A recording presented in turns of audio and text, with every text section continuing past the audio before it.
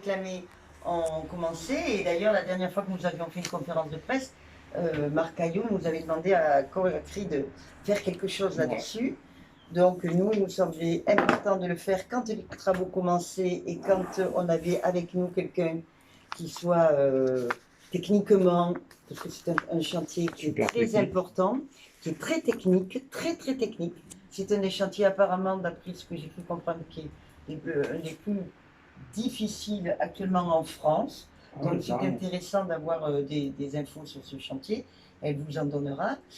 Et il y a l'estacade. Et puis nous avons reçu le 20, donc c'était vendredi ou jeudi, je ne sais plus.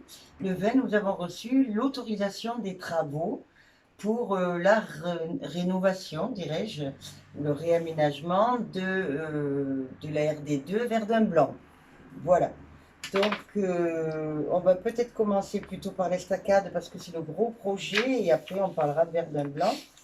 Donc ça, c'est, vous savez qu'il y avait eu l'aménagement du rond-point dit Maréchal Joffre et après le pont Saint-Carnot et ça fait quelques années que l'estacade est fermée parce qu'elle avait été jugée dangereuse. Et dans le cadre de la restructuration de tout cet espace-là, le département a engagé comment dirais-je, une étude pour travailler sur cette portion de route et lui définir une nouvelle mission. C'est une route qui va devenir piétonne, cycliste pardon, et transport en commun. Ce ne sera plus il n'y aura plus de voiture. Il n'y aura plus de voiture dans le cadre de la fluidification. Voilà. Et on a constaté l'état de corrosion de tous les pieux de fondation, et parce que c'est un ouvrage assez particulier. Donc je vais laisser peut-être la parole, puisque nous, voilà, c'est les structures existantes, c'est tous les aménagements pour lesquels le département investit, je dois dire, dans le cadre de ses compétences, mais qu'il investit pour la ville et pour les Sétois. Voilà. Et peut-être avant de laisser la parole à madame, qu'est-ce qui a fait que voilà, le feu vert est donné pour les deux projets en fait? Alors, pour le projet de l'estacade, le feu vert avait été. Le feu vert, il dépendait de l'entreprise avec laquelle nous allons travailler. Donc, on a eu quand même quelques problématiques avec cette entreprise-là, c'est Vinci. Ah, Vinci. Voilà. Vinci pour le maritime et fluviaux. C'est plusieurs branches. Voilà. Et les études préparatoires, elles avaient commencé en 2020, puis après il y a eu le Covid. Oui. Après, il y a eu des difficultés techniques et contentieuses rencontrées avec les entreprises. Donc voilà, c'est compliqué. Après, il y avait des approvisionnements en acier, je crois, qui, à cause du Covid, comme d'autres matériaux de base, ont eu des difficultés. Voilà. Donc tout ça a fait que ça a largement retardé le dossier. D'accord. Sur l'estacade, Karine, je t'en prie. Oui, oui. Donc, comme l'a dit Véronique, c'est un chantier extrêmement complexe. Et effectivement, on a eu de longues années d'études et de mise au point avec l'entreprise qui est titulaire du marché. Vinci. Oui, Vinci, travaux maritimes et fluviaux. Je le précise parce qu'il y a plusieurs branches de Vinci. Oui. Donc, c'est des travaux très spécialisés. Et effectivement, on a eu de longs échanges avec eux sur les prescriptions techniques et les modes opératoires pour réaliser ce chantier en toute sécurité. Parce que l'estacade, c'est un ouvrage qui a été construit en 1972. Comme l'a dit Véronique,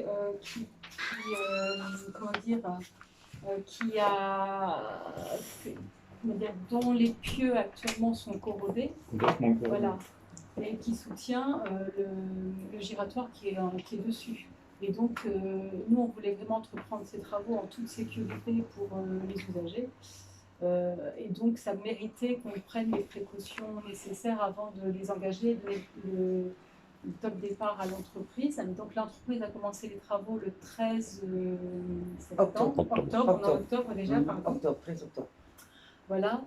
Donc l'objectif de ces travaux, c'est de réaménager le quai, donc de pérenniser l'ouvrage et d'assurer sa pérennité à long terme, pour, comme je l'ai dit, participer à la stabilité de l'ensemble de tout ce qu'elle supporte, le mur en terre armée et le giratoire par-dessus, Et puis, comme l'a dit Véronique, aussi d'aménager donc une voie mode de vie pour les piétons, les cycles et les transports en commun. Sur les travaux, donc c'est quand même des travaux très conséquents, c'est un chantier extrêmement difficile, mais extrêmement coûteux. Pourquoi difficile?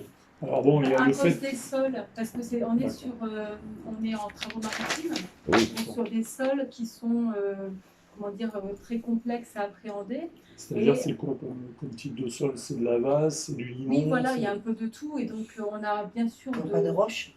Il y en a un peu, mais pas partout. Et c'est toute la difficulté, c'est qu'on va remplacer les pieux corrodés par des pales planches qu'il faut enterrer. Donc avec l'entreprise va faire des micro-forages pour pouvoir planter les pieux qui vont soutenir les pales planches. Mais on est dans des terrains où ça peut être vite déstabilisé. C'est d'ailleurs le cas quand les travaux étaient entrepris, c'était en 2012, me semble-t-il, où il y a eu des techniques qui avaient été envisagées qui ont dû être arrêtées parce qu'on avait peur que ça remette en cause la stabilité de l'ensemble. Donc il y a eu un espèce d'échec pas un échec, il a fallu revoir les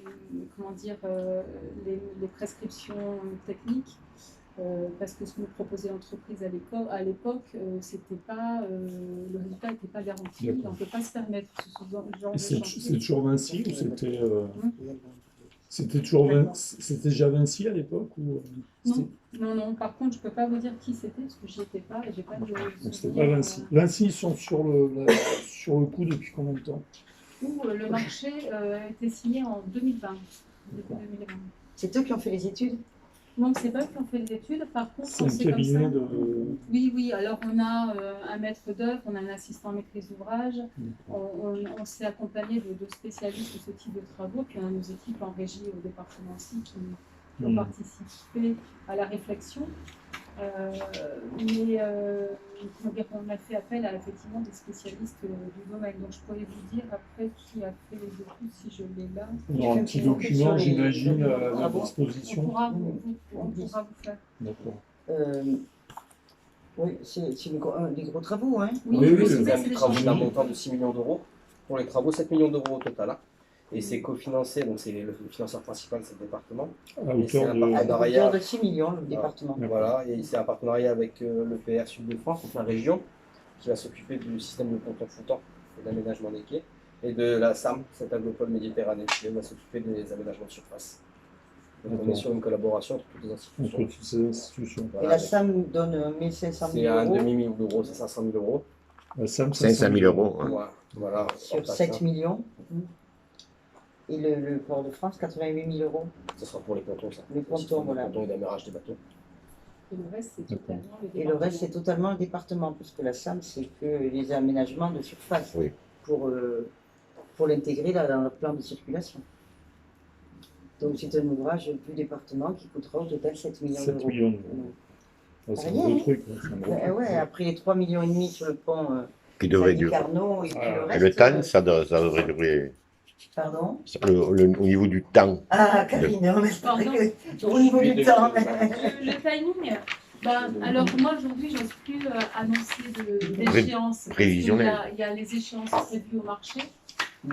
Et après, il y a dans ce genre de travaux, dès lors qu'on fore, on peut tomber sur des zones indurées qui n'étaient pas, malgré les multitudes de sondages auxquels on a pu procéder. Voilà. Donc on espère au deuxième semestre 2022. On espère. Début du deuxième semestre 2022. Mais je donne des échéances volontairement floues. Oui.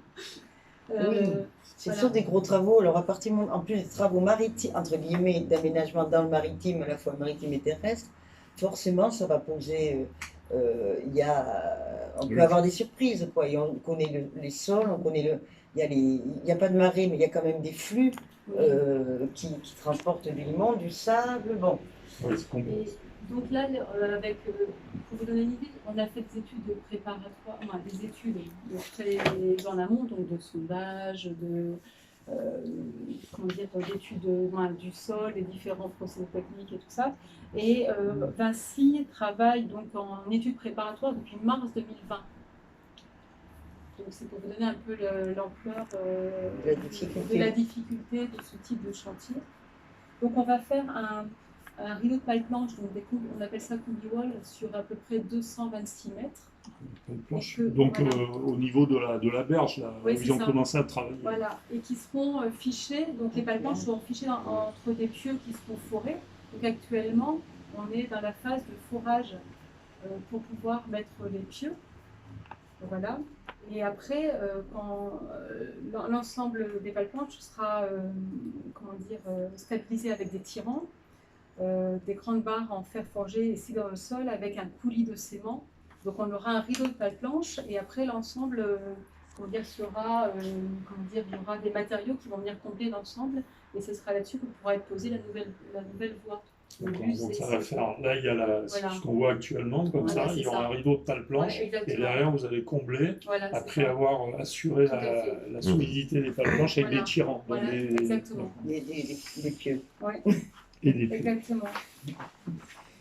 Non, mais quand c'est compliqué, après pour expliquer simplement, il faut. Voilà.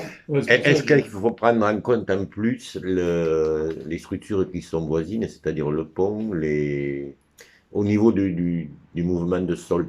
Non, alors au niveau des structures, ce qui est lié, c'est il y a un mur en terre armée qui soutient le petit giratoire au-dessus. Donc ça, bien sûr, c'est des parties de l'ensemble. Donc justement, les études étaient pour voir quel procédé mettre en œuvre pour assurer la stabilité de l'ensemble. Et on a pris, en plus des précautions, en mettant des capteurs dans le mur en terre armée. Ils sont toujours là. Voilà, ils y seront pendant toute la durée du chantier. Et on a un suivi au quotidien des mesures de ces capteurs pour vérifier que l'ensemble ne bouge pas. On peut appeler ça un mur de soutènement? Oui, c'est un mur de soutènement en terre armée qui soutient le giratoire au-dessus. Oui, parce que ce n'est pas uniquement la réfection de l'estacade, c'est la consolidation de tout l'ensemble. Oui, voilà. Et qui vous touchez d'un côté, ça peut ébranler de l'autre, vous renforcez d'un côté, ça renforcera l'autre. Et comme c'est un giratoire quand même qui est important pour l'entrée et la sortie de l'île, autant ne pas avoir de problème sur cet espace-là. Et on parlait justement des travaux, du démarrage des travaux qui avaient été entrepris en 2012.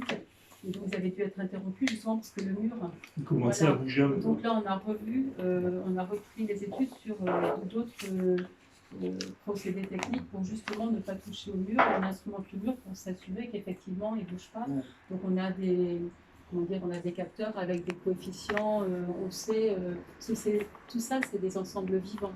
Ça bouge toujours, mais l'idée c'est qu'effectivement ça ne bouge pas au-delà d'un certain seuil pour assurer un chantier en toute sécurité. Donc là actuellement on a des travaux, je disais, de forage pour pouvoir mettre les pieux qui vont soutenir, dans lesquels pourront être qui vont permettre la pose des pales planches. Bon, ça c'est la première phase. Hein. Voilà, donc on a des travaux actuellement, ça sera jusqu'en janvier. D'accord. Donc des travaux qui sont du lundi au vendredi de 7h30 à 19h. Mais vous l'avez peut-être entendu, c'est des travaux assez bruyants. Parce qu'on est obligé de taper. Voilà. Et donc la fin des travaux bruyants aujourd'hui est à 17h. C'est-à-dire qu'on a demandé à l'entreprise d'arrêter de. Donc ça c'est en lien avec la commune, hein, notamment sur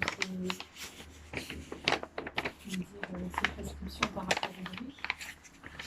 Donc du lundi au vendredi jusqu'à 17h de manière à perturber le moins possible les riverains, parce que voilà, c'est ça. C'est de la même manière, on n'a pas voulu engager les travaux au-delà des difficultés d'approvisionnement, tout ce que Véronique a expliqué pendant l'été, parce qu'effectivement l'été, ces travaux bruyants sont encore plus gênants parce que les gens sont plus dehors. Donc on aura une phase de travaux bruyants jusqu'en janvier. Voilà, après ça sera moins bruyant. Là actuellement, on a sur le giratoire, on a des petites contraintes de circulation. On a neutralisé un shunt qui permet de. Mais c'est juste ponctuel. C'est justement pour vérifier les capteurs sans perturbation. Parce que chaque fois qu'il y a un véhicule qui passe, ça peut perturber les mesures. Donc c'est pour caler nos systèmes de mesure pour être tout à fait opérationnel pour suivre. C'est tombé en même temps que la mise en place de la voie pour les vélos, qui est de l'autre côté. Ouais. Quand vous sortez vous allez vers la pointe, la mairie a mis en place une piste cyclable. Et c'est vrai qu'il y a cet espace qui a été un peu mangé d'un côté où les citoyens n'ont pas très bien compris. On s'y adapte, ils s'y adapteront. Voilà. Et en même temps, on se chante de la voie. Donc, il y a des questionnements. Donc, c'est pour ça que c'était important d'avoir. De dire pourquoi. Voilà, de dire pourquoi, que ça ne va pas durer, que c'est très temporaire, et que ça permet de sécuriser l'ensemble avec ces capteurs. Et pareil, le bruit ne va pas durer jusqu'en juillet. Moi, j'ai expérimenté, j'habitais en face du quai Mayol. Ah, oui. J'ai souffert. J'avais carrément, quand j'avais un verre d'eau sur ma table, vous voyez l'eau qui faisait non. Mais bon, ça on va en durer. est conscient, mais bon, on est bien obligé, c'est pour stabiliser pas le choix. l'ensemble. Voilà. Parce que si on ne fait rien, à terme, Tout tombe. voilà, parce que dès lors qu'il y a des éléments qui sont corrodés, il faut qu'on intervienne en temps utile avant qu'effectivement le structure. Oui, et puis c'est un engagement qui est dans une continuité, puisqu'il y a eu la rénovation de ce giratoire au-dessus, il y a eu la rénovation du pont, il y a l'estacade qui est faite maintenant, et dans la continuité d'ailleurs, il y a la deuxième partie de notre programme, si vous n'avez plus de l'estacade, qui est les Verdun blancs. Voilà.